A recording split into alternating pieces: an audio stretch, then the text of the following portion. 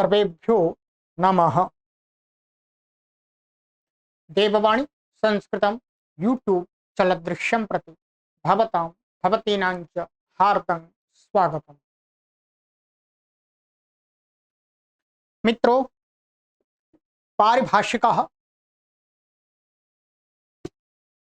कक्षा संख्या सप्तविंशतितमी 27वीं कक्षा को आज पढ़ेंगे।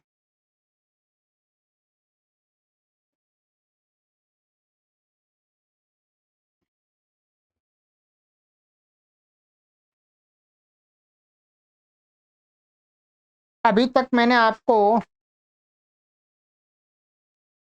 27, 28 परिभाषाएं पढ़ा दी हैं। ठीक है, गत कक्षा में हमने एक परिभाषा पढ़ी थी, संज्ञा विधौ प्रत्यय ग्रहणे तदंत विधिर न भवति। ठीक है, और मित्रों,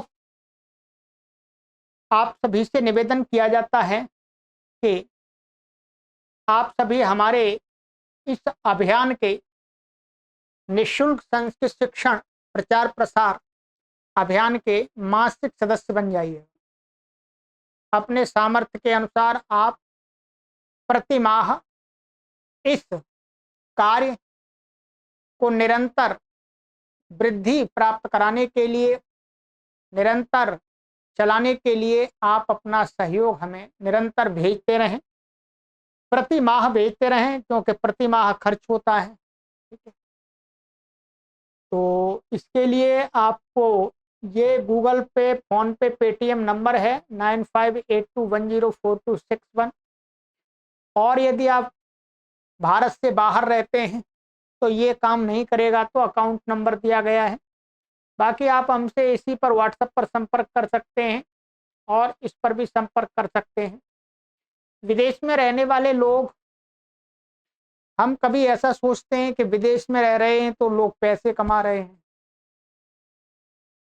पैसे कमा रहे हैं, हो सकता है कमा रहे होंगे, पैसे तो कमा ही रहे होंगे, परंतु हमने देखा है कि हम जब से ये कार्य कर रहे हैं, विदेश में रह करके लोग इस कार्य का लाभ तो अनेक ले रहे हैं, परंतु सहयोग करने वाले अभी तक मुझे 2 लोग मिले हैं बस विदेश से, जो प्रति माह तो नहीं परंतु मुझे समय समय पर मध्य मध्य में वो अपने सामर्थ्य के अनुसार सहयोग कर देते।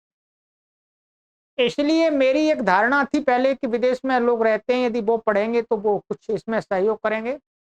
वो अब धारणा टूट गई है। वास्तव में विदेश में रह करके लोग ऐसे कार्यों की वृद्धि के लिए सहयोग नहीं करते। कुछ गिने चुने ही होते हैं जो कर देते हैं, बाकी नहीं करते। उसका कारण होगा, जो भी कुछ है मैं कारण आपको नहीं बताऊंगा। ठीक है, तो परंतु मैं अपने भारत देश में रहने वाले उन्हीं सभी लोगों से निवेदन करूंगा कि आप लोग हमारा इस कार्य को निरंतर चलाने के लिए निरंतर सहयोग करते रहें। विदेश में रहने वाले लोगों से उतनी हमें अपेक्षा अब नहीं है। वो पढ़ें, उनके लिए खुला है, कोई परेशानी नहीं है। ठीक, चलिएगा, ये क्यूआर कोड है मित्रों। ठीक है, तो इस क्यूआर कोड को भी स्कैन करके आप अपना सहयोग हमें प्रति माह भेजते रहें। व्हाट्सएप पर सूचना दे दें, जिससे हमारे संज्ञान में आ जाए कि आपका सहयोग आया है, हम भी आपका धन्यवाद कर दें। ठीक है, चलिएगा, तो चलते हैं आगे, पढ़ते हैं।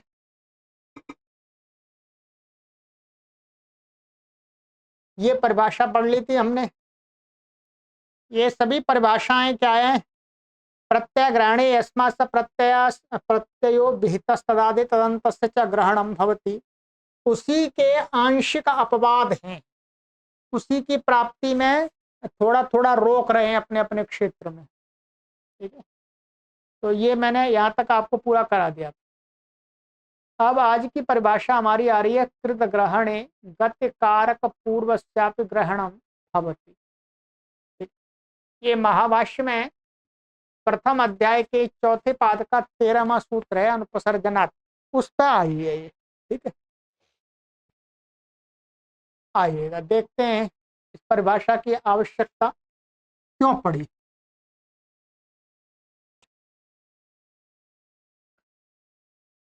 प्रत्यय ग्रहण परिभाषायाम ही सत्याम अयमपि दोषः समापद्यते।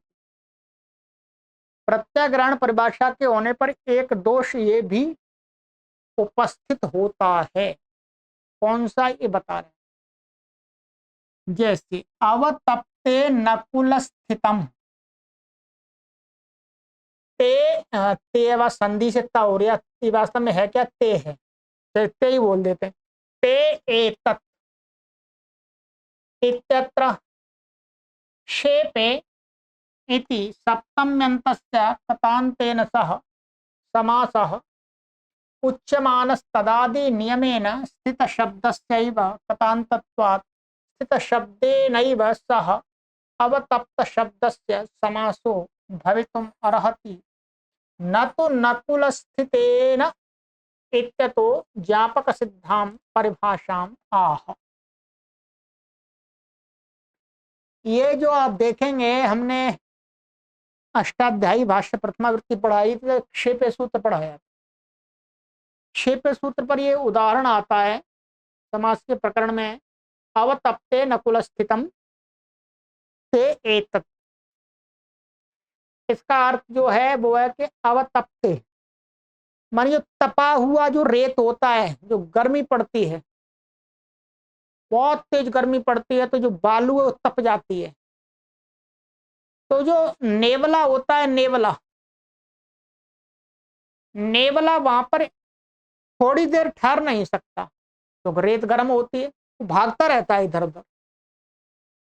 तो जिस प्रकार से गर्म रेत पर या गर्म स्थान पर या गर्म कोई वस्तु है उस पर जो नेवला है वो एक क्षण ही ठहर पाता है, दूसरे क्षण दूसरी जगह भाग जाता है। वैसे ही कि कोई व्यक्ति क्या करता है, आज ये काम कर लिया, कल वो काम कर लिया, वो कर लिया जी, अच्छा ये कर लेता हूँ, ये कर लेता हूँ, इतना चंचल प्रवृत्ति से कार्य करता है, उसके कार्य को कहा जाता है ये तेरा कार्य है। अवतप्ते नकुल स्थितम, जैसे नेवला एक स्थान पर रुक नहीं सकता, वैसे ही तेरा जो ये कार्य वो भी ठहर नहीं सकता, आज ये कार्य कर दूसरा कार्य तीसरा कार्य, उसके लिए कहा जाता है, अर्थात निंदा में है। अर्थात जो व्यक्ति किसी कार्य को पूरा नहीं करे, है ये कर लेता हूँ, ये कर लेता हूँ, ये कर लेता हूँ, ये कर लेता हूँ, ये कर लेता हूँ, ऐसा ही बदलता रहे, तो वो व्यक्ति अच्छा तो नहीं माना जाता उसका कार्य वो। तो यहाँ पर क्या क्षेप में निंदा गम्यमान हो रही हो तो वहां पर क्या कहा है, ये कहा है कता प्रत्यांत के साथ में सप्तम अंत का समास होता है। मैं आपको अर्थ पढ़ के भी इसका बता देता हूं एक बार, ठीक है, आप भी देखिएगा, आप प्रथमावृत्ति आपके पास में होगी, ठीक है।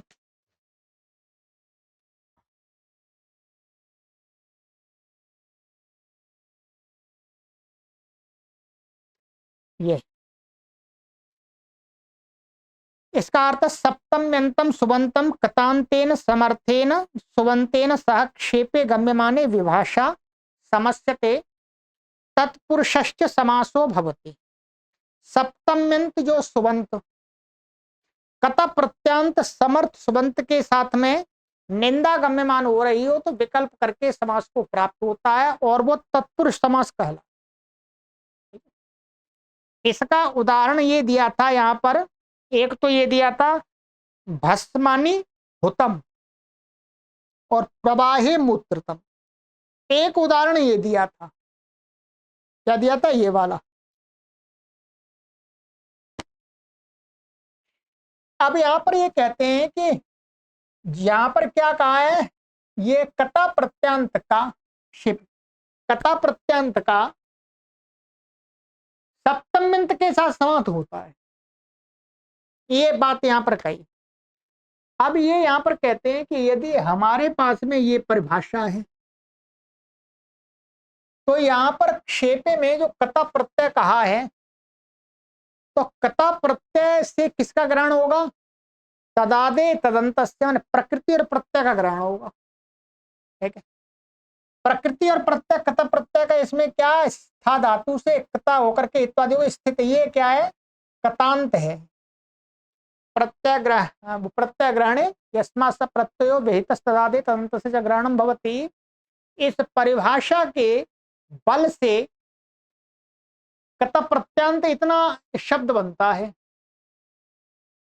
अब ये कहते हैं कि शेपे सूत्र कहता है कि सप्तम्यंत के साथ में कत प्रत्यांत का समास होता है।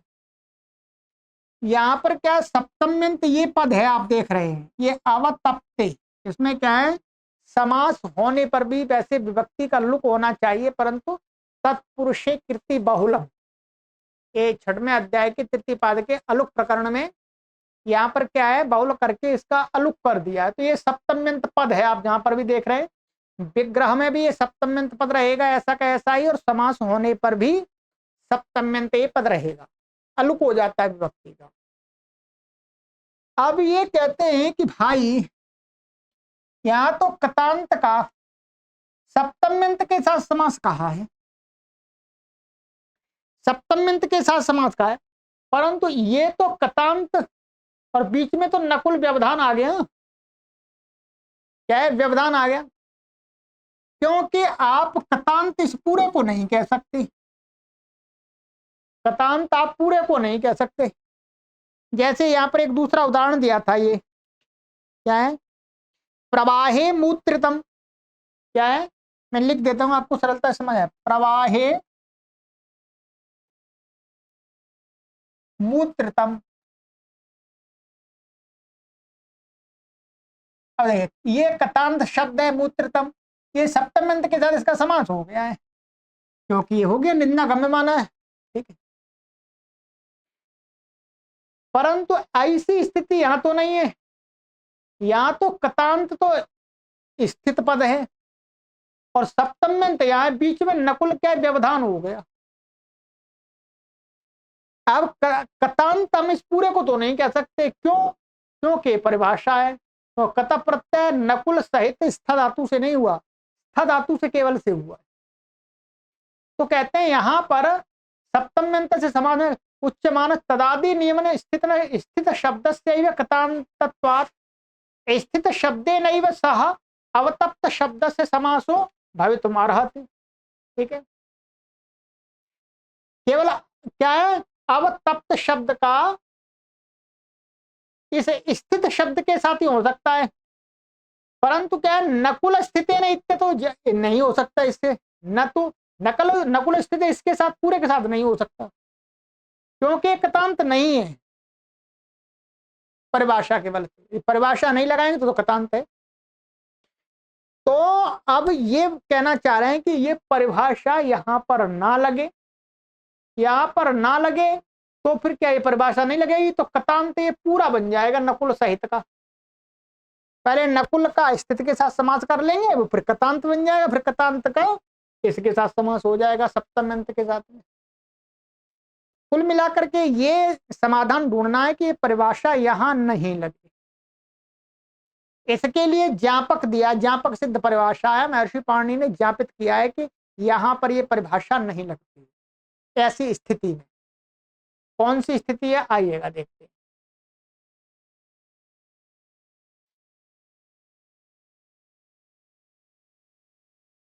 उनतीसवीं परिभाषा, कृत ग्रहणे गति कारक पूर्वस्यापि ग्रहणम भवति।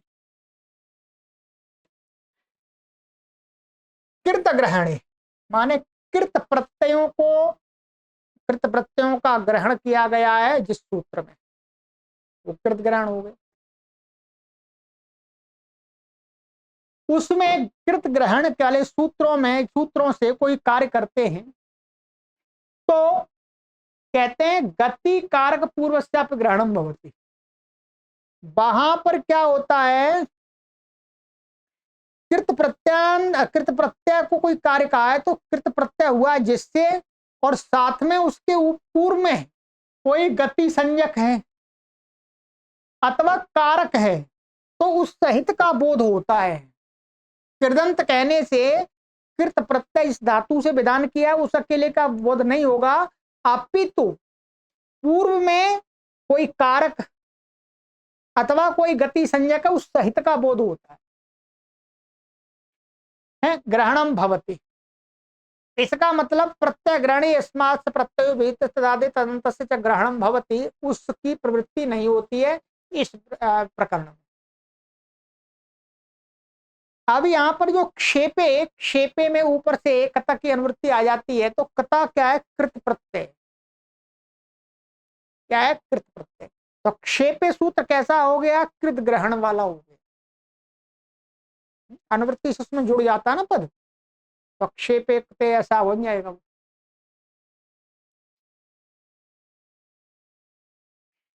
अब आइएगा, अब इसको समझते हैं। ठीक है, वैसे सरल है। यत्र क्वापि यह व्याकरणे कृत प्रत्ययस्य ग्रहणं कृत्वा किमपि कार्यं विधीयते तत्र हि कामं गतिपूर्वकं कारकपूर्वकं वा कृदन्तं स्यात् पुनरपि कार्यं भवत्येव। प्रत्यय ग्रहण परिभाषायाः तदादि नियमोऽत्र विषये न व्याप्रियते इत्यर्थः। ठीक है, क्या कह रहे हैं? यत्र क्वापि, जहां कहीं भी, यह व्याकरण है, इस व्याकरण शास्त्र में कृत प्रत्यय से ग्रहणम कृत्वा, कृत प्रत्यय माने कृत संज्ञा है जिन प्रत्ययों की, उसमें से कोई प्रत्यय कर ग्रहण करके किमपि कार्यम विधीयते, कोई कार्य कहा जाता है, तत्र ही, वहां पर क्या है? कामम, इच्छा। तत्र कामम, इच्छा ने अपने इच्छा है। यदि गति पूर्वकम कारक पूर्वकम कृदंतम, यदि को कृदंत है उससे पूर्व में गति संज्ञक कोई शब्द है अथवा कारक वाला कारक संज्ञा का कोई शब्द है, तो कृदंतम स्यात्, माने गति सहित वाला कृदंत हो जाएगा, कारक सहित कृदंत माना जाएगा। पुनरपि कार्यम भवत्येव, फिर भी वो यदि गति पूर्वक होगा, कृदंत और कारक पूर्वक होगा, तो भी उसको कार्य हो जाएगा।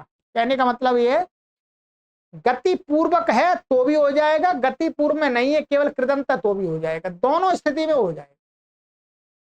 ऐसे कारक का प्रत्यय ग्रहण परिभाषा का तदादि नियमों अत्र विषय न व्याप्रियते, उसकी प्रवृत्ति नहीं होती है। व्याप्त होता है वो नियम। तदनेन सप्तम्यन्तस्य अवतप्त शब्दस्य कारक संज्ञक नकुल सहितेन कतान्तेन नकुल नकुलस्थिता इत्यनेन सह समासो संपद्यते। अब देखिएगा, इसमें वास्तव में पहले क्या हुआ था? नकुल स्थितम में समास किया था, तो इसमें समास होता है नकुलेन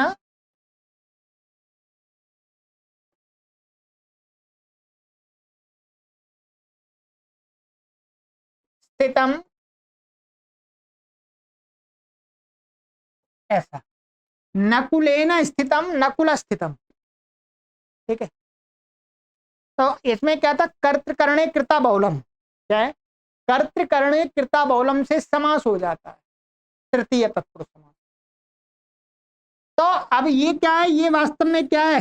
ये कर्ता ही तो है, ये तो कर्ता मतलब कारक है, ये कारक है। कारक स्थिति इसके साथ समास हो गया। अब जो हम क्षेपे सूत्र लगाएंगे, क्या है? क्षेपे,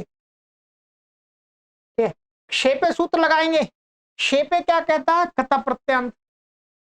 कता प्रत्यांत, जब तदादि ग्रहण परिभाषा लगती है तो केवल इतना ही कतांत होता है, परंतु अब ये परिभाषा लग गई, क्षेप में कृत का ग्रहण है, तो कृत के ग्रहण में मैंने कता लिया है, तो कतांत, कतांत किसको माना जाएगा? यदि इसके पूर्व में ये नकुल, नकुलेन स्थितम समास होकर के ये क्या बन जाएगा? नकुल स्थित। तो ये कारक है, तो कतांत कहने से कारक सहित का, कारक सहित को कोई कार्य प्राप्त है वो हो जाएगा। ठीक है, ये कारक इसलिए ये बता रहे हैं, ये कारक ये मैंने अलग करके समाज दिखा दिया। ठीक है, तो कारक सहित का भी बोध हो जाएगा, कारक सहित को भी कार्य हो जाएगा, अकेले को भी हो जाएगा और कारक सहित को भी हो जाएगा, गति सहित को, ये कारक सहित का है। इतने सह समासो संपद्यते, तो अब इसका क्या है? ये बन जाएगा अब तप्ते नकुल स्थितः।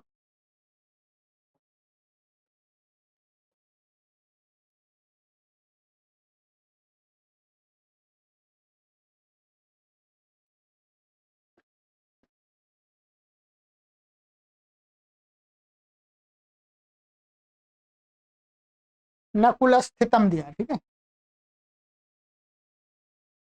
अब क्षेपे कता, कतांत कहने से इसे कारक सहित का बोध होकर के इसके सप्तम्यंत के साथ में समास हो जाएगा ना, और समास होने पर क्या हो जाएगा, तत्पुरुषे कृति बहुलम इति चांतरवर्तन्या विभक्तेरलुकी सति अवतप्ते नकुल स्थितम इति रूपम निष्पन्नम भवति, ये रूप निष्पन्न होगा।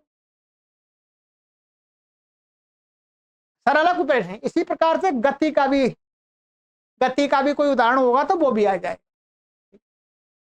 अब आइएगा, गति का आगे बता रहे हैं। ये तो कारक का बता दिया इन्होंने। अथच सांकूटिनम इत्यत्र ही संपूर्वात् कूट धातोः अभिविधौ भाव इनुण इति इनुणि विहिते तस्माच्च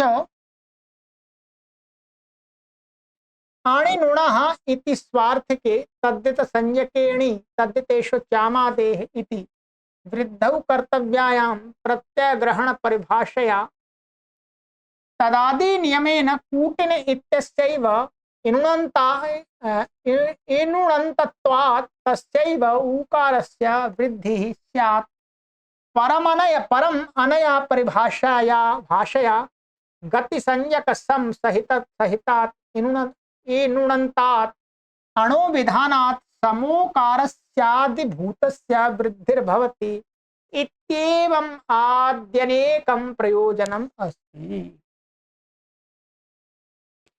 ठीक है, अब इसको समझाता हूं मैं आपको।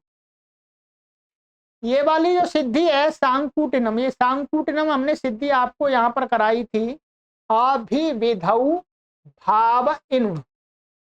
आप अपनी अष्टाध्यायी भाष्य को खोलेंगे तब आपको ये समझ में आएगा। ठीक है, मैं आपको बताता हूँ कहाँ पर है पीछे, ये खोल लीजिएगा, यहीं था ये मेरे पास में जो इस पुस्तक का संस्करण है उस पर 780 नंबर पेज पर है। ठीक है, वहां पर सांकूटिनम में क्या है, वास्तव में ये क्या है, ये कूट धातु है। कूट धातु से अभिविधौ भाव इनुण, क्या हो गया, इनुण प्रत्यय हो गया है। ध्यान रखें, क्या हो गया है, इनुण प्रत्यय। लिखते जाइएगा कॉपी पर। इनुण में क्या बचता है, ये ण की संज्ञा, ऊ की संज्ञा, इन बचता है। ठीक, वृद्धि आदि कुछ इसमें प्राप्त नहीं है, गुण आदि कुछ भी प्राप्त नहीं है, तो ये पद बन जाता है कूटिन। ध्यान रखें, क्या बन जाता है, कूटिन। यहां पर ऐसा लिखा हुआ है, इत्यत्र ही समपूर्वात् कूट धातो अविविधौ भाव इनुण इति इनुणी विहिते। वास्तव में समपूर्वक कूट धातु से इनुण का विधान नहीं है, पहले कूट धातु से इनुण प्रत्यय करते हैं। वहां पर भी ऐसे ही दिखाया। यहां थोड़ा कंफ्यूजन करने वाली बात है, मैं इसको समपूर्वात् मतलब संपूर्ण इसमें देख सकते हैं। बाकी कूट धातु अकेली से भाव अविविधौ भाव में, अविधि भाव में इनुण प्रत्यय होगा। ठीक है, इनुणी बेहोते। अब क्या होगा, ये कूटन बन गया। कूटन के साथ में अब ये सम का समास करते हैं। क्या ध्यान रखेंगे, अब समास करेंगे, अब सम का कूटन के साथ में समास करेंगे, कुवती प्रादय से अब समास होगा। ये बात आपको समझ लेनी है। क्या है, कूटन बना लिया, कूटन के साथ में सम का समास करेंगे, कुवती प्रादय। अब आपको ये ध्यान रखना है, यहां पर जो इनुण प्रत्यय आया था वो इनुण प्रत्यय किससे आया है, कूट धातु से आया है। किससे आया है, कूट धातु से। सम कूट से नहीं आया, कूट धातु से आया है। तो प्रत्यग्रहणे यस्मात् प्रत्ययो विहितस्तदादेः तदन्तस्य च ग्रहणं भवति। इस परिभाषा को जब लगाएंगे तो इनुणंत कहेंगे। इनुणंत, तो इनुणंत केवल इसका ही ग्रहण होगा, क्योंकि सम तो अलग है, क्योंकि इनुण प्रत्यय कूट से आया। ये बात समझ लीजिएगा, अभी आगे बताएंगे। कहते हैं इनुणी विहिते तस्माच्च फिर उससे समास कर लिया हमने। समास करने के बाद आणे नुणा संकूटिन बन गया। क्या बन गया? संकूटिन। अब संकूटिन से तद्धित में स्वार्थ में ये हो जाता है, माने इन्होंने प्रत्यांत से स्वार्थ में तद्धित संज्ञक अण प्रत्यय होता है। क्या स्थिति बन जाएगी?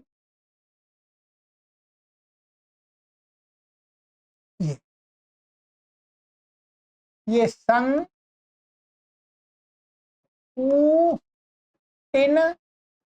और ये अण आ गया। ठीक है, अब तद्धित संज्ञा के अणीय तद्धित संज्ञा कह सकता से तद्धितेषु चामादे इति वृद्धौ कर्तव्यायम। ये छोटा दिख रहा होगा आपको, मैं बड़ा कर देता हूं। चलिए, अब मैं लिख दिया है ना, अब उसको अपने ध्यान में रखिए, कॉपी लिखिए। अब वृद्धि करेंगे, अब वृद्धि करेंगे तो जो ये अण प्रत्यय है, ठीक है, कहते प्रत्यय ग्रहण परिभाषा तदादि नियमेन कूटिन इत्येतस्यैव इणुनन्तत्वात् तस्यैव ऊकारस्य वृद्धि स्यात्। क्या कहते हैं? अब तद्धितेषु चामादे, तद्धितेषु चामादे से जो वृद्धि करने लगे यहां पर, तो ये कहते हैं कि प्रत्यय ग्रहणे यस्मात् स प्रत्ययो वेत तदादि तदन्तस्य च ग्रहणं भवति। इस सूत्र ने क्या किया था? इणुनंत से अण प्रत्यय किया था। क्या करेंगे? इणुनंत से अण प्रत्यय। अब इणुनंत कितना माना जाएगा? मैंने बताया प्रत्यय ग्रहण परिभाषा से इणुनंत माना जाएगा कूटिन। सम नहीं आएगा उसमें। क्या सम नहीं आएगा? जब इणुनंत से हम प्रत्यय करेंगे तो जो अण प्रत्यय आएगा, उस अण प्रत्यय इणुनंत से कहा है, समपूर्वक नहीं कहा। किससे कहा? इणुनंत से। तो इणुनंत से वो अण प्रत्यय हो गया। अब इणुनंत से अण प्रत्यय हुआ, उसके परे रहते तद्धितेषु चामादे। तद्धितेषु चामादे से क्या होगा? जो इणुनंत जो शब्द है उसका आदि अच ऊ सम का नहीं आएगा, क्योंकि वो इणुनंत है ही नहीं। तो कहते हैं कूटिन इत्येतस्यैव इणुनन्तत्वात् तस्यैव ऊकारस्य, इसके आदि ऊकार को वृद्धि प्राप्त होगी। परम अनया परिभाषया, ये परिभाषा क्या करेगी? कृत ग्रहणे गति कारक पूर्वस्यापि ग्रहणम भवति। ये कहेगा कि यहां पर क्या लिया? इणुनंत। जब हम इणुनंत देख रहे हैं, इणुनंत देखेंगे तो इणुनंत में क्या माना जाएगा? गति भी पूर्व में, तो वो सहित उसका ग्रहण होगा। इणुनंत कहने से, क्योंकि इणुन प्रत्यय क्या है? कृत है, तो उसके साथ में यदि गति सम जुड़ा हुआ है, समगति संज्ञक है, तो गति जुड़ा हुआ है तो गति सहित का बोध होगा संकूटिन का, इस परिभाषा के बल से। तो कहिएगा परम अनया परिभाषया गति संज्ञक सम सहितात इणुतंतात अणो विधानात्। अब जो अण नुणा, ये अण अण कर रहे हैं, तो अण अब किससे हो रहा है? पूरा संकूटिन से हो रहा है।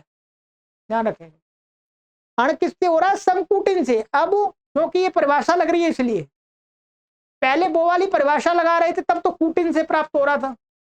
अब ये परिभाषा है हमारे पास में, जब हमने इणुनंत की बात आई तो इणुनंत कहने से संकूटिन माने गति सहित का भी बोध हो जाएगा, गति सहित को भी कार्य हो जाएगा। ठीक है,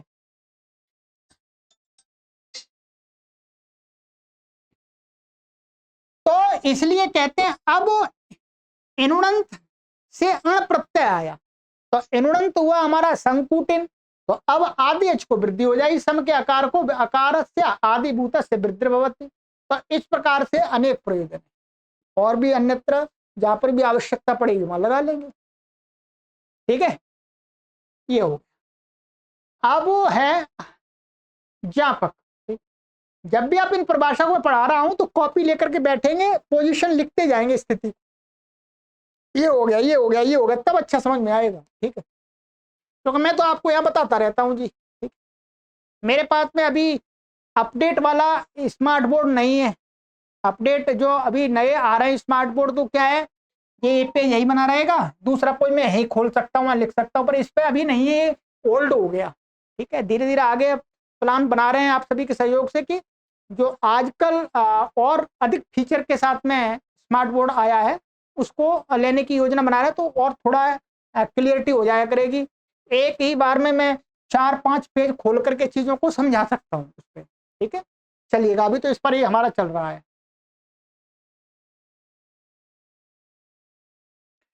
आगे, ज्ञापकम चास्या गतिरनंतरः इति अनंतर ग्रहणम। ये कहते हैं ज्ञापकम चास्या परिभाषा, इस परिभाषा का ज्ञापक क्या है, गतिरनंतरः, इस सूत्र में अनंतर पढ़ना। अब ज्ञापक समझना मुख्य रूप से 6-2-49 ये सूत्र हमने पढ़ा था, ये मैं आपको इसका अर्थ भी पढ़ करके एक बार बता देता हूं। ठीक है,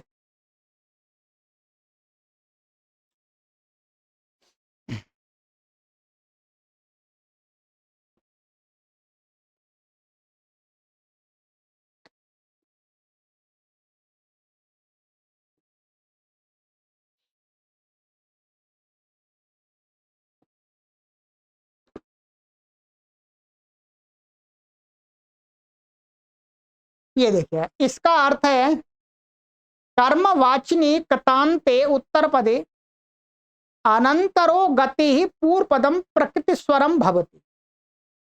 सरल है कि कर्मवाची कतांत उत्तर पद, कर्मवाची अरे कर्म में आया हुआ जो कत प्रत्यय है, तदंत जो शब्द है उसके परे रहते, उत्तर पद में रहते हो, पूर्व में अनंतर माने बिना व्यवधान के जो गति संज्ञक है उसको प्रकृति स्वर होता है।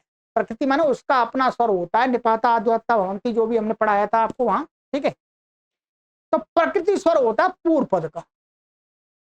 अब आपको यहां समझना है ये अनंतर जो पढ़ा है वो किस लिए पढ़ा है, कि यदि बीच में कोई दूसरा शब्द आ जाए तो फिर पूर्व पद का प्रकृति स्वर नहीं होगा, इसलिए तो पढ़ा है अनंतर। तत्र ही अनंतर ग्रहण से ही तत्प्रयोजनम, वहां पर अनंतर ग्रहण का यह प्रयोजन है। क्या, कर्मवाचिनी कत प्रत्ययांते गते है प्रकृति स्वर उच्यमान प्रकृता इत्यादौ इत्यादावेव यथा स्यात्। यहां पर कर्मवाची कत प्रत्यांत के पहले अनंतर गति को प्रकृति स्वर हो जाए, जैसे ये है, ध्यान रखेंगे, ये क्या है कर्म में और ये गति है, तो बीच में अनंतर कोई बीच में व्यवधान नहीं है, प्र और कृत के अंत में बीच मध्य में कोई व्यवधान नहीं है, तो यहां पर क्या स्वर हो जाता है, ये उदात्त हो जाता है। प्र का अपना स्वर क्या है, उदात्त, निपाता अद्वत्ता भवन्ति, और फिर बाकी ये प्रक्रिया अपने आप हो जाती है। इसमें ये हो गया, ये तो सामान्य हो गया। अब यहाँ पर जो अनंतर पड़ा है उसका प्रयोजन ये है कि यहां हो गया, यहां तो करना है समुद्धृत, ठीक है, इत्यादि माभूत। समुद्धृता में क्या है, ये उद्धृत लिया हमने और ये सम, इसमें 2 उपसर्ग है, ध्यान रखेंगे 2 उपसर्ग है, तो इस वाले उपसर्ग को लेकर के चिंता नहीं की जा रही, उत को लेकर के नहीं की जा रही, सम को लेकर के की जा रही है, सम और उद्धृत, ध्यान रखेंगे, क्योंकि इस परिभाषा से क्या, कृत ग्रहणे गतिकारक पूर्वस्यापि ग्रहणम, गतिकारक पूर्वस्यापि ग्रहणम भवति। कता कता कहने से, ध्यान रखेंगे, कतांत कहने से, कतांत कहने से यहां पर उद सहित का भी ग्रहण हो जाएगा। ठीक है, परंतु अनंतर का प्रयोजन क्या है, अनंतर का प्रयोजन यह है इत्यादि समुद्धृता इत्यादि माभूत, परम यावता, परंतु जब, यावता का अर्थ यहां पर है जब, प्रत्यग्रहण परिभाषया धृत इत्येवात्र कतांतो अस्ति। ध्यान रखेंगे। अब क्या है, अब मानिएगा थोड़ी देर के लिए हमारे पास में परिभाषा नहीं है, ये वाली कृत ग्रहणे गति कारक पूर्वस्यापि ग्रहणम भवति, ये परिभाषा नहीं है। मानिए थोड़ी देर के लिए मान लीजिएगा, सपोज, तो कहते हैं प्रत्यग्रहण परिभाषा है हमारे पास में, उससे क्या कतांत कहेंगे तो कतांत केवल धृत का ही ग्रहण होगा, उत नहीं आएगा उसमें। उत सहित तो इस परिभाषा से आ रहा था, पर यह परिभाषा हमने थोड़ी देर के लिए भुला दिया इसको। इत्येवात्र कतांतो अस्ति, इतना ही मात्र कतांत है, ना तो उद्धृतः, ये पूरा नहीं माना जाएगा प्रत्यग्रहण परिभाषा से। प्रत्यग्रहण यस्मात् प्रत्ययो वेतस्तदादे तदन्तस्य च ग्रहणम भवति, उस परिभाषा से इतना ये कतांत नहीं माना जाएगा, कतांत केवल धृत ही माना जाएगा। तत्र कह प्रसंगो यद उद्धृते सगति के परतः समः प्रकृति स्वरः स्यात्। अब ये कह रहे हैं यहां पर शंका ये उठेगी कि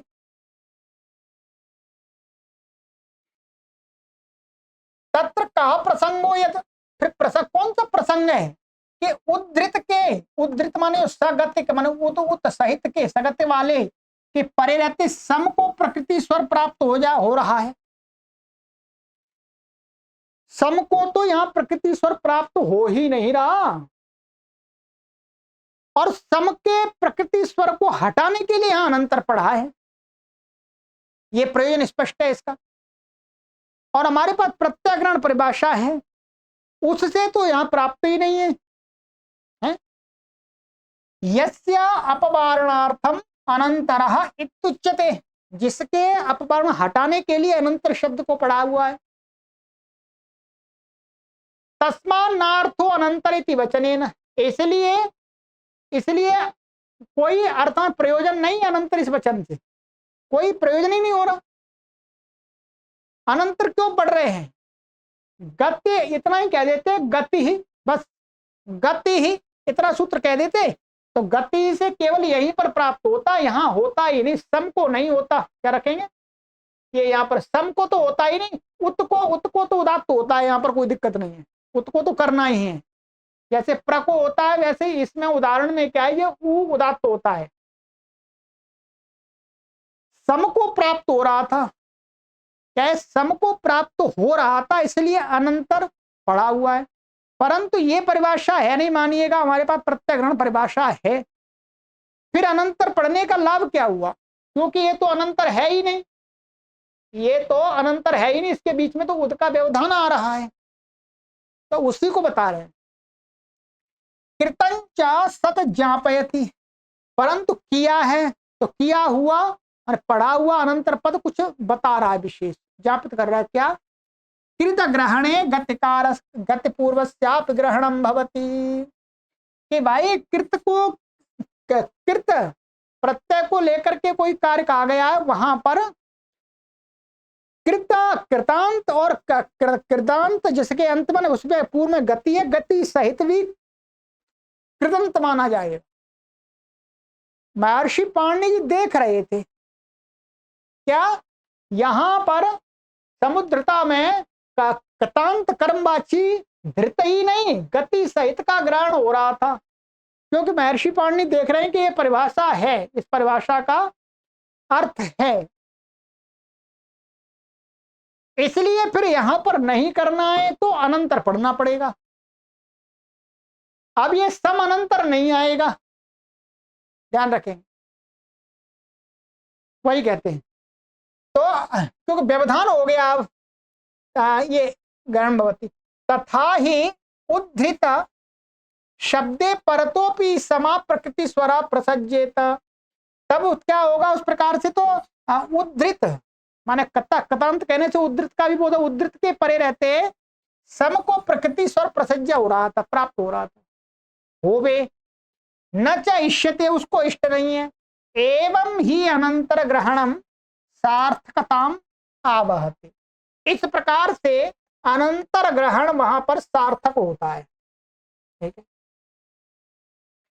अब ये कहा है कि अनंतर अर्थात जो गति है वो अनंतर होनी चाहिए। यहां पर दो गति है, इसमें क्या है ध्यान रखेंगे, ये वाली इसमें दो गति है, एक ये भी गति है सम और उद भी है, तो इससे अनंतर ये वाली गति मिलेगी, ये वाली नहीं मिलेगी, ध्यान रखेंगे ये वाली नहीं मिलेगी, अनंतर पढ़ दिया, इसका प्रयोजन ये है। ठीक, अब आगे कहते हैं परिभाषायाः कृदंशे एव चेदम लिंगम। ये जो ज्ञापक बताया है ये केवल क्या है, कृत के अंश में ही ज्ञापक है। जो ये परिभाषा है, परिभाषा में तो हमारे पास में दो लिए ना, गति कृत ग्रहणे गति कारकस्यापि। तो कोई कहे भाई अब गति का तो आपने ज्ञापक दिखा दिया, गति का ग्रहण होता है, अब कारक का ज्ञापक बताओ, कारक तो अलग हो गया ना। तो कहते कारक का ज्ञापक नहीं, केवल गति के अंश में ही, हाँ हाँ जो कृत के ग्रहण में ही, एक मिनट, यहां पर इन्होंने ये कहा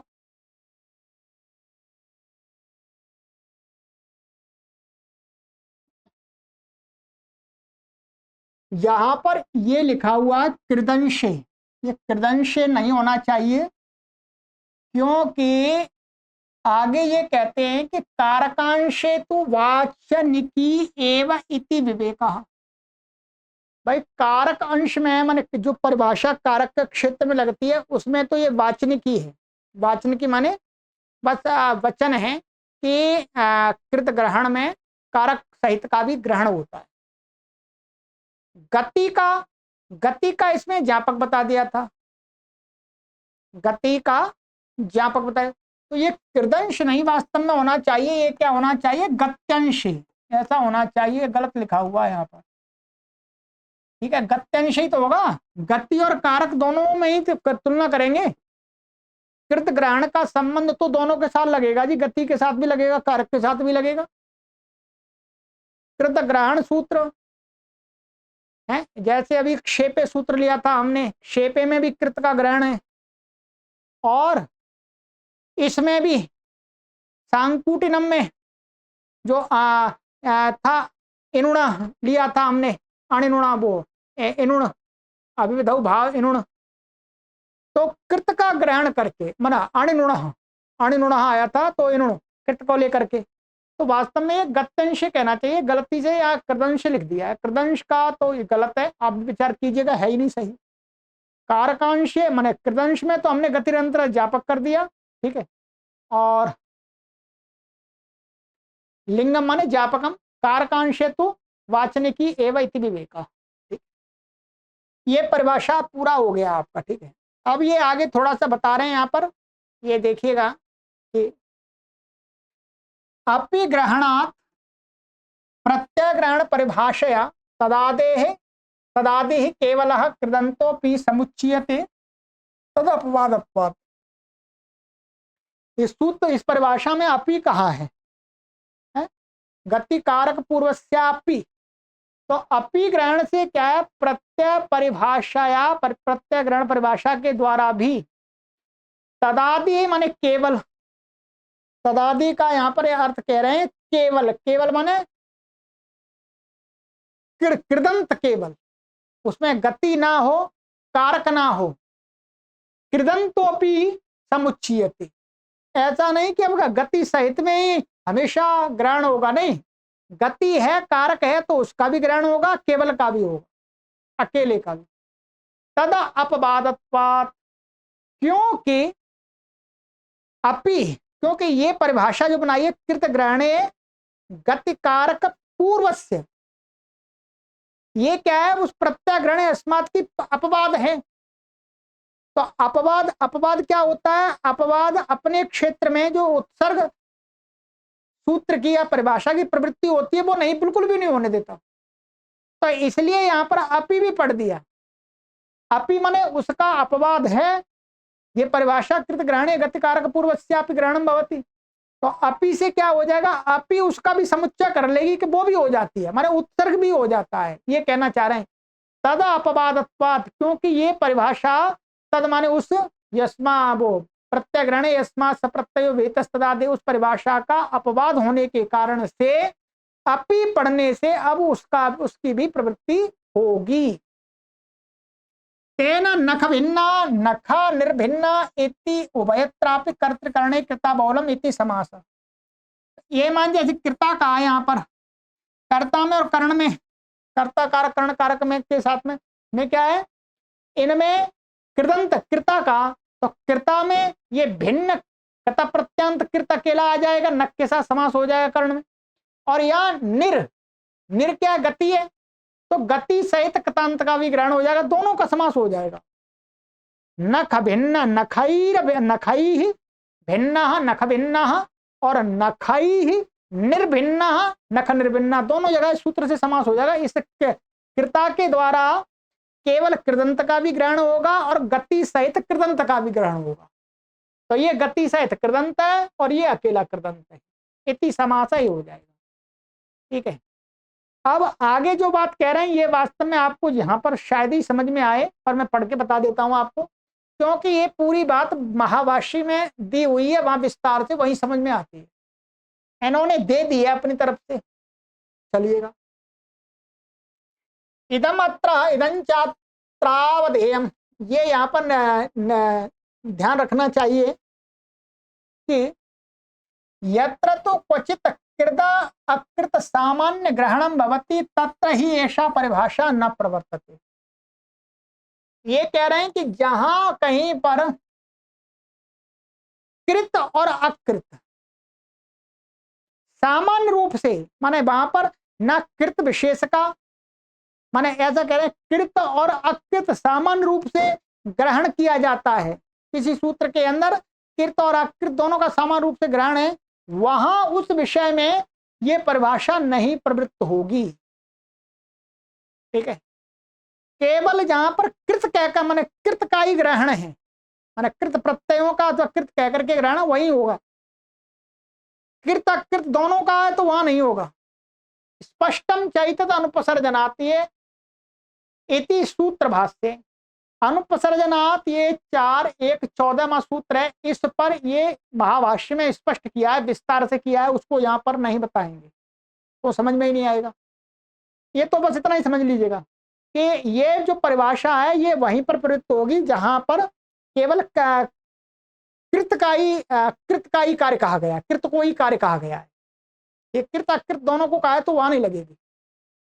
अथच कृत तद्धित समासाश्च इत्यत्रापि यम परिभाषा न व्याप्रियते, इसके अलावा और कृत तद्धित समासाश्च यहां पर भी ये परिभाषा काम नहीं करती है।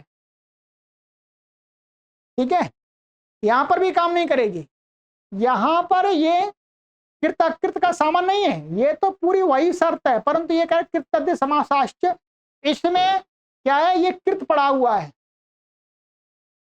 इसलिए यहां काम नहीं करती।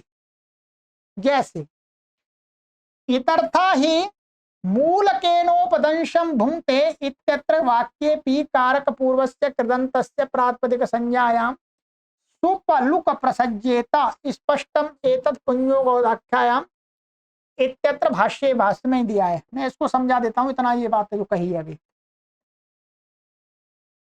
कि यहां पर मूल केनोपदंशम भुंक्ते, ये तीसरे अध्याय में हमारा आया था, मैं बताता हूं आपको।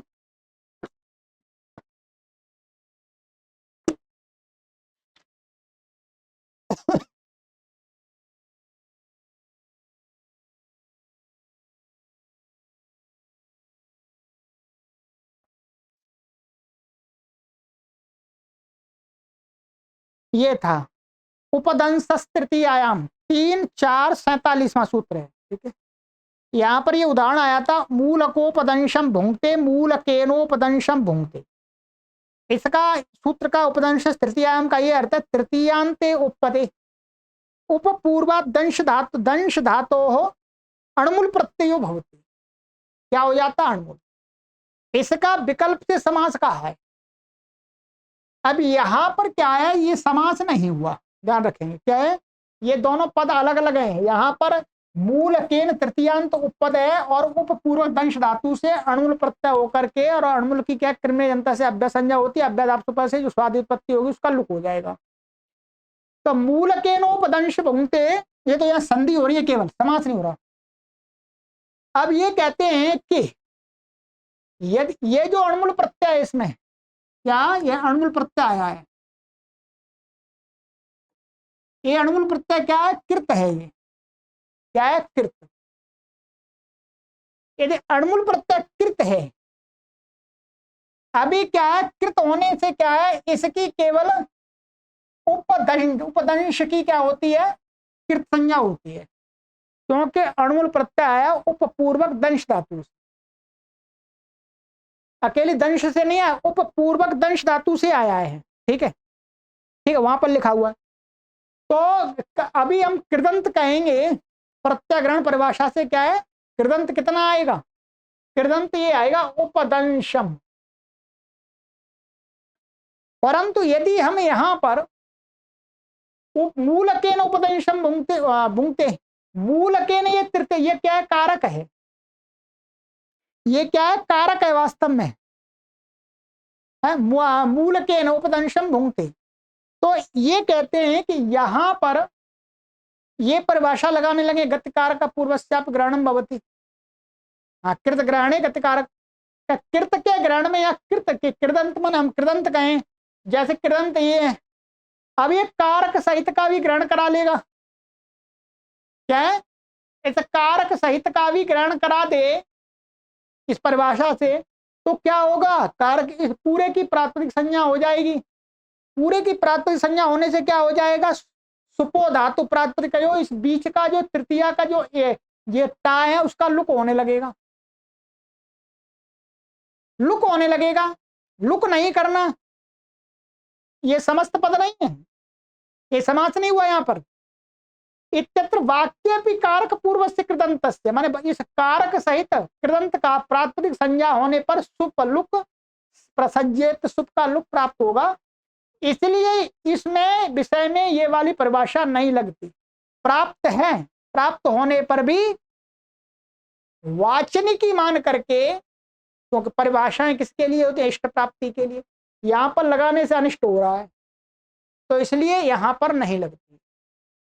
ये इन्होंने बताया। बाकी यहाँ पर पूरी और जो इन्होंने इशारा किया है वो महाभाष्य में ही पढ़ेंगे। ठीक है, वहीं की बात है, वहीं समझी जाएगी। बाकी परिभाषा आपको मोटे मोटे रूप से समझ में आ गई। मोटा का काफी सूक्ष्म परिभाषा हो गई है तो ठीक है, चलिएगा। तो अभी तो आज की कक्षा में तो यही एक परिभाषा हो पाई है। चलिएगा, आगे मिलते हैं। हमारे इस अभियान में आप मासिक सदस्य बन जाइएगा। हम आपको मासिक सदस्य इसलिए बनाना चाहते हैं क्योंकि हमारे पास में आय का कोई दूसरा स्रोत नहीं है, और सारी ये व्यवस्था चलाना काफी कठिन काम होता है, काफी कठिन काम होता है। आपके सहयोग से ही इस व्यवस्था को मैं चला पाता हूं। ठीक है, इसलिए आप हमारा आर्थिक सहयोग अवश्य करें, अपने सगे संबंधियों से भी कराएं। ठीक है, जैसे आपके सगे संबंधी जो भी हैं अच्छे कार्यों में दान देते हैं, जरूरी नहीं कि वो पढ़े ही संस्कृत, भाई उनके पास में समय नहीं है, उनकी इच्छा नहीं है पढ़ने, परंतु उनकी प्रवृत्ति धार्मिक है, उनकी प्रवृत्ति संस्कृत भाषा के प्रति अच्छी है, वो प्रेम करते हैं, तो ऐसे लोग हमारा सहयोग करें। तो आप उनको भी हमारी तरफ से निवेदन कर दीजिएगा। सभी को सादर नमस्ते। ओम।